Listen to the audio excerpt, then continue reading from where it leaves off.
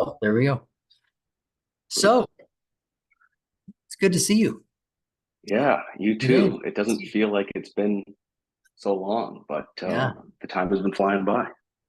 Well, the whole purpose of this is to find people that have done well in spite of regular old challenges and have Yeah, resources for people who are home, whether they come to the bridge or not, just to give people hope that might be yeah. dealing with life in a similar situation. So again, super appreciative. I know you've kind of had your battles, but I also know that you've been very successful in kind of fighting through that stuff. So Yeah. thank you. Thank you. Thank you. Thank you. Oh, thank you. Not just for having me here, but for everything. So really, really happy Well, to be here and connect with you. a pleasure. I'm a good cheerleader, even though I would look awful in uniform. I'm still a dang. So I'll just let's just talk. So tell Yeah, me, I mean, you're a handsome guy, you're successful, you're I cruising appreciate along. Like what happened to get you into that space where you started to flounder to the point where you're like, something's off enough where I'm gonna need some help with this. Like at what point did you realize that you just weren't gonna be able to bootstrap yourself up out of this, out of that darkness? it. I think when I was at the bridge, I would hear a lot of people have these stories, and it felt like they had like this thing, like this event that they could point to and say, this happened, and I really need to work on this. I don't feel like I had that thing. I think I was kind of ignorant to how I was feeling. I thought how I felt was super normal. Um, and it wasn't. And I think you just reach a point where your mind and your body say, like, enough is enough. And that's where I got to. And I learned that the more like you run from how you're feeling, Right. it's going to catch up to you. So it's better to face it all head on. And for me, depression and suicidal ideation, it was so casual for me. I, I, I guess I compare it to the way certain people are driving down the road and think about like, what am I going to have for lunch? I would think, if my life doesn't pan out the way I want it to by a certain point, like I don't have to do this. Um, and it wasn't until I opened up to my family and friends about it that they were like, no, I've never thought that Yeah. before. They're And like, like, that's dark enough that you ought to pay attention. yeah. And I was like, oh. And then it got to a point where the thoughts weren't, if a day comes, I don't want to or can't do this anymore, I don't have to I don't think I can or want to do this anymore. And I'm super fortunate I have the support system that I do, but it just got to a point where I needed real help, professional help. And I wasn't proud that I needed it, but now I'm so proud that I got it. So my perspective on it has totally done a 180. Yeah, as a guy, I mean, there's all kinds of buzzwords that I get worried about in this day and age, but I'm gonna still say it. Like, I mean, as a guy, to admit that you're in that mental space, to me, used to feel like I'm weak, I can't do it. There's all kinds of stigmas around kind of reaching out saying, I'm really sad, help me, and I Yeah, didn't grow up that way. Like I didn't grow up with even the option no, to think that way. But yeah, I mean, it also almost killed me. So it's really it's humbling and super encouraging to have you say, I got to this point where my future and my mind and my life mattered more than my ego. Like I reached this point where I no longer cared as much about what people might have thought of me as I did about getting better. And I mean, that's pretty cool, right? Like that's pretty stinking cool. Is that accurate? I shouldn't yeah. put words in your mouth. Is that accurate? No, it's true. I used to get really angry if someone was like, "Hey, you should talk to someone." I'm like, "What? Think something's wrong with me? About I'll, what? I'll show you Talk nothing's wrong with me." Yeah. Yeah, like, um, and I have a great family. I have so much love and support, but I don't come from a background where you talk about those things. I come from more of a okay, just get over it, or like, Right. when I first started talking to my family, I had somebody like, "Oh, like so you get the blues sometimes." Like, no, I don't. I don't get the blues. um, Yeah. so Blues there's a don't lot of make like, me want to step into an abyss. Like that's not the blues. right, yeah, and and I guess the cool thing was, as I learned, I got to help teach the people I love around me, and those relationships got better. But I did have a real moment where I started talking to my family about things, and I always had in the back of my mind a plan because again, thoughts were so casual to me that like most people, if they can't sleep, they're scrolling TikTok or whatever. I would just Google stuff like, what's the most efficient way to commit suicide? And Wow. not even Yeah. because I wasn't even making a plan. It was more, well, if I need a plan, I'm prepared, which I Wow. learned was not normal, which should be, I guess, obvious. But when you're in that space, you don't think that that's not weird. Yeah. And I don't know that there's a normal. I think it's just the way that you are processing. And I think me or you or anyone else, any other human on the earth, when you start processing things like it might be easier if the whole thing just ended. Like, I don't want a part in this play anymore. Like, I want to walk off the stage and I don't really care where, if I go into nothingness, so be it. Like, but I'm done. I'm done kind of messing around in this, on Yeah. this earth. But so you bump into that space, friends and family say, "Hey, man, you ought to go talk to somebody, get some help." Um, was that exciting? Was it discouraging? No. Yeah. No. It was humbling, no doubt. I was really lucky. I had someone in my life who, you know, really stepped up for me in a major way and just kind of said, if you go, I'll go. Wow. And okay, and we'll do that together. And Wow. that was one of the biggest forms of like actual love I had ever experienced. And for someone like me who kind of struggles to receive and actually like feel those things, um, that was everything. And I think the lesson I learned is, for me, the way I look at it is you climb like this mountain of trying to get back to a good place and kind of fall back down. You get up, and after a while, you don't really want to start climbing again. It's hard. It's really exhausting, Yeah. and everyone just tells you, "Hey, get up! Like, come on." And I realize that sometimes it's just about having someone who will like sit there at the bottom of the mountain and go, "I'll sit here with you," but like it's going to be time to get up and we're going to do it together. But having someone to just sit there and say, we don't need to get up right now. I'm going to sit here with you. Um, Man, that's everything. That's cool. Yeah, that's really, really cool. And that also shows the power of connection in humans and the impact that Yeah. we can have on each other. I had some people that probably saved my life, and it wasn't through jamming me or pills or therapy. It was just exactly what you said, just being there, just like sitting quietly by me saying, "No, I care about you enough. I'll just sit here with you," and it's just super profound. Yeah. So I remember you guys. You came into the bridge and a little bit salty in the beginning, a little bit, and but it's Yeah. perfect because you're in there saying, "Look, don't mess with me.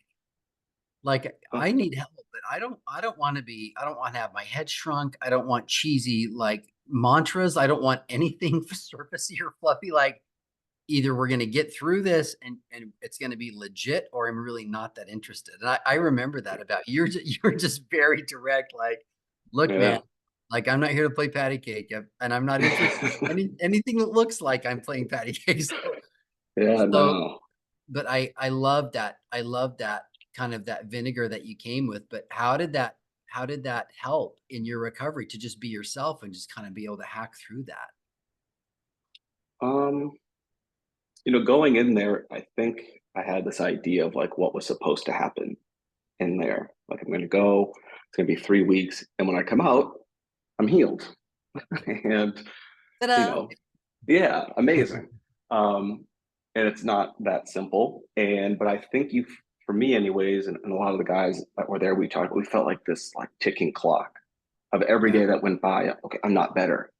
And I'm one day closer to this being over. And if I'm not better, then like, what am I supposed to do? yeah. I think the best thing that I did was I had one of the sessions with, I think it was with Mandy. Mm. And Mandy does, I don't know the name of the technique, but you do like a lot of tapping while you're Yes. talking Yeah, to her. yeah. And I wasn't having a great day. And I said to her, I sat there, I said, can I just be like totally honest? Because I think to that point in therapy, I was almost playing a character of sorts. Like I Yeah. have to play the role of Oh, someone in therapy and like talk like I'm in therapy instead of just letting it rip. right. And with her, I said, can I just say whatever I want in here? I was like, and you promise you're going to call Dr. Brooks and that we have an actual dangerous psychopath here? And she was like, go for it. And poor Mandy, I love her to death for this. I don't think she said a word for an No. hour. And God. I laugh about it now because I'm doing the tapping, but I'm mother effing the Yeah. world this whole time and talking about like F this person and when I want to knock this person out. I, Right. so I did look like a psycho. Yeah. Um, but afterwards I was like, are you gonna tell Dr. Brooks that like this guy needs to be like in a Hannibal Lecter mask? Or and she was like, no. I was like, oh,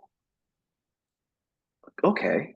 I can really work through the things. I don't have to put prefaces of like, I know this is wrong, but like I can say this is just it for me. Right. Right. And that's when it started to work because I put on my own walls or my ego of a guy being in therapy or anything down and just, man, I let it rip. And I love it it. worked. I love it. And we don't talk about this enough, but we mentioned this in your session where I said, we've known for 100 years that the body is a lie detector and it Mhm. physically reacts to things that aren't true, especially expressions that we make, whether it's verbal or nonverbal or subconscious. When we live in a way that we deep down know isn't really authentic, the body reacts and eventually it'll become diseased. Like eventually it'll just start getting sick. But a session like that, whether however you thought it might have looked to Mandy or me or anybody else, that's so Yeah. authentic. Like it's so authentic, right? And it's as honest as you can be. And that actually is the start of you integrating in with your system, irregardless of the language or whatever. It's when you just get dead straight honest and your body can feel it. It can, and other people Yeah. can feel. She could feel it. Like your loved ones, even from a distance, could feel you like starting to reconcile. So I'm really proud of you for being like, well, screw this. I'm gonna just go into this space full tilt, and whatever happens, happens. That's I mean that's awesome. Thank you. Yeah. I mean, a lot of credit goes to you and the providers there. And also, the truth of the matter is, I felt like I had nothing to lose at that point. I never really admitted this to anyone, but going to the bridge for me was almost more, it's like 50-50 of I really want this to work and almost part of I need to check this box Oh because yeah, if something does happen to me, I don't want people to be mad. So if I do this, no one can say that I didn't try everything.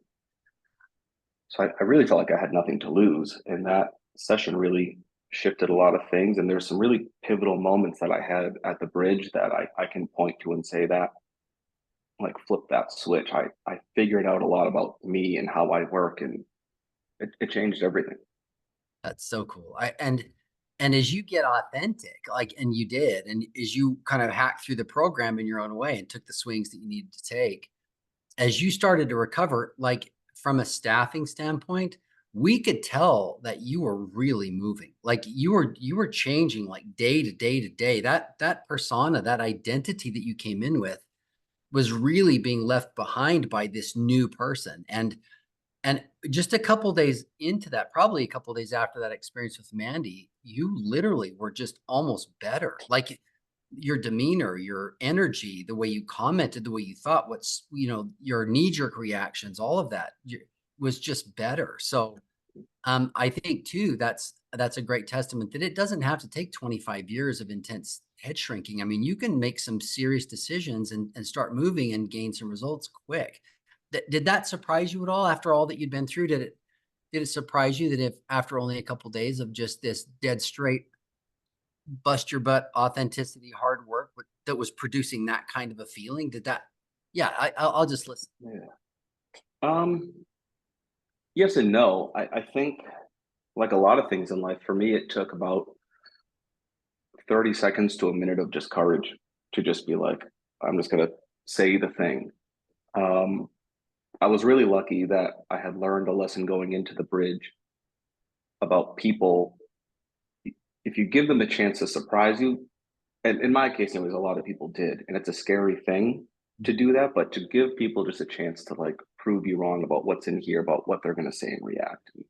I had family and friends who I didn't think knew anything about feelings and kind of didn't, started calling me like, "Hey man, how's your mental health?"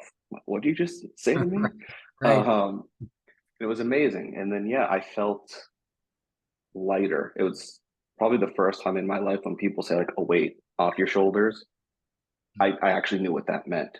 Where I Mm, was like, oh, I actually don't mind that I'm like getting out of bed. It wasn't hard to get out of bed, and it actually I had a day kind of towards the end where I guess I wasn't feeling it. And there was like some panic where I was like, oh, like we reset here. yeah. And then I just again was honest about it and had conversations and people were like, you're not reverting back to before. You're just tired, like you needed a nap and you're mentally kind of burnt out and you're human and that's okay.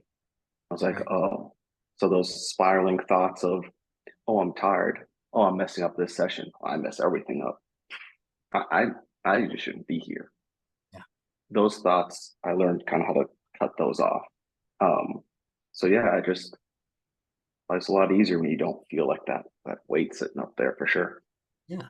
Well, and you did that work. I mean, that doesn't come in a vacuum. That didn't come from 20 pills or a ceremony. I mean, that came from just No, digging and work, right? Like that's where that to me, that's where all the money is that insight and that effort. And then you start to feel the change and the weight lift. And you're like, man, who did that? And inevitably it's you. Like you did that. I didn't do that. The bridge didn't do that. You did that. I mean, again, the encouragement and the cheering is great, but without that work on your side, you don't get to enjoy any of that stuff. So, I mean, kudos to you. Like that's your thank effort. you. No, it's Yeah, just it's the truth. the So, the work getting is hard for sure. it is. So you hammer through the program, you leave, you're kind of nervous, you get home. I'm sure you've had some challenges. So how is it trying to integrate, take all of this knowledge, this suitcase full of lectures and appointments and experiences, and you're kind of back in, unpack, and you're out living your life. How's that been? I mean, I know it's not easy or perfect, but how's it been? Um, Up and down, to be honest with you, and I think part of that is you reevaluate a lot of things once you're back. Yeah. Um, this is not apples to apples in any way, but people who go and work on things for like addiction and things like that, when they come home, they have to kind of change the people around them because they probably have some Yes. unhealthy relationships. Right. I think I underestimated the similarities there. Where coming out, I'm like, oh, the way this person just kind of goes about life, it kind of negative and it doesn't feel good anymore. Um, and that can be tough. But one of the things I learned is you can kind of look at your life as like this concert, and not everyone gets to go. But even the people who are in there, not everyone needs to be backstage with you. You can have people in different sections with different levels of access, and that's okay. It's not black and white. And I used to think it was very black and white. I remember. I remember having Yeah. very rigid discussions with you about subject matter and watching you kind of step back and blend and really be able to astutely, reassess that stuff was also, pretty magical. Yeah. Honestly, it was one of your lectures, the about deciding. Like I decide how I feel is probably one of the more impactful ones I had because now when I catch myself feeling something, I can step back and go, okay, I'm feeling anxious, depressed, I'm mad. Um, not perfect at this by any means, but I'm much better at it about saying, okay, I'm going to let myself feel this, but if I'm going to let myself feel it, we're going to feel it in healthy ways. Right, right. And then knowing that little deal with yourself of, but after we watch this movie because we're feeling depressed today, then it's time to get up and that's really made a world of difference for me to just feel more in control and like having my arms around how I feel has been the biggest change. I love it. I love it. So if somebody's home, they're suffering, they're having those dark thoughts, they're nervous, they've tried a bunch of things. And again, bridge or not, what encouragement would you give them? What would you tell someone who was back in your shoes, months ago, kind of waffling and not really sure where to put your energy, what would you say? Just make one more phone call. Mm, And that was something that was said to me. I had a night before I went to the bridge. This was probably like a year before I went, or two, um, where I was just done and had like my little plan in place. And I pulled into a hotel parking lot, and I was the just make one more phone call thing popped into my head, and I did. And my uncle answered, and there wasn't really much discussion. It was like, you're gonna get over to my house right now, and I'm gonna meet you there. And nice. we just talked. And I think there's so many more people who, even if they can't understand, they want to. Yeah. Yeah. And I think I that's agree. the toughest part, is feeling like people don't understand. And you can find people who do, and you'd probably be surprised by how many people do. I have the benefit of all the guys I met at the bridge. Mm, We understand each other. We went through a lot of the same things, and we can relate to that. But if you don't have that, it's easier to find than you think, people who have had a hard time and can help you too, and you can help them. yeah, you had a good group. I mean, that you had that whole room of the boys, man. You guys, that was awesome. It was Yeah, awesome. we were super lucky to have each other, and we all kind of had the same mindset going in of like, I'm not talking to any of the people in Yeah. here. Right. Right. And it didn't take us long, those nights sitting around the island in the kitchen, not even watching TV, but just talking. And each person had a turn throughout the process to open up and rally around each other. And sometimes that was more therapeutic than some of the sessions. Yeah. Um, Oh, I agree. it was I, I, I agree. I think anyone who goes to the bridge should really put an emphasis on that bonding with the other people, whether they're in your house or a different one.